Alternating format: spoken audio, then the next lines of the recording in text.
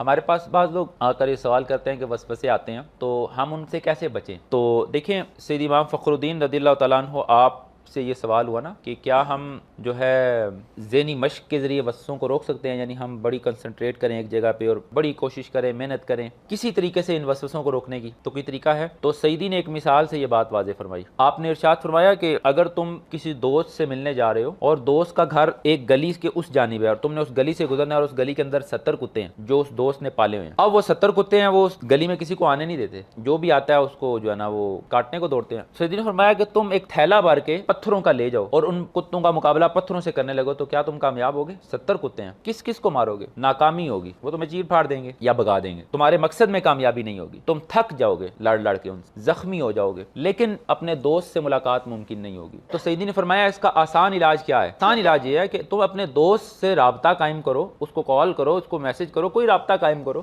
یا اپنے دوست کو آواز دے کر پکارو اور اس کو کہو کہ یار میں تمہاری طرف آنا چاہتا ہوں، اپنے ان کتوں کو ذرا اشارہ کرو یہ ایک سائڈ پہ ہو جائے، ایک جانب ہو جائیں تاکہ میں تمہاری طرف آ سکوں۔ وہ دوست ایک اشارہ کرے گا اور کتے ایک جانب ہو جائیں، اور پھر آپ بڑے سکون کے ساتھ چل کے اپنے دوست سے ملاقات کریں۔ تو بعین ہی یہ شیاطین، یہ کتے ہیں اور اللہ ان کا مالک ہے۔ تو اگر ہم چاہتے ہیں نا اللہ سے ملنا، اللہ سے ملاقات کرنا، اس کی رستے کی، اس کے قرب کی طلبگار ہیں، تو پھر ہم اللہ کو پکاریں تاکہ وہ اپنے رستے کے ان کتوں سے ہماری حفاظت کرے۔